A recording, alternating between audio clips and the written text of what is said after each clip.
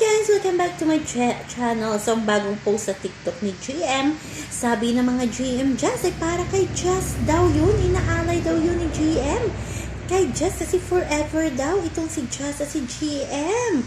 Totoo daw na may relasyon itong si Jazz at si GM. Sabi ng mga dilulong GM Jazz, ayon naman sa mga GM Fiang.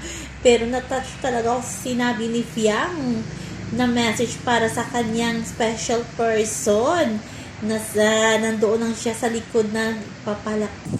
Ayon naman sa mga GM Fiang, ito ay para kay Fiang kasi nga grabe yung message ni Fiang sa Araneta.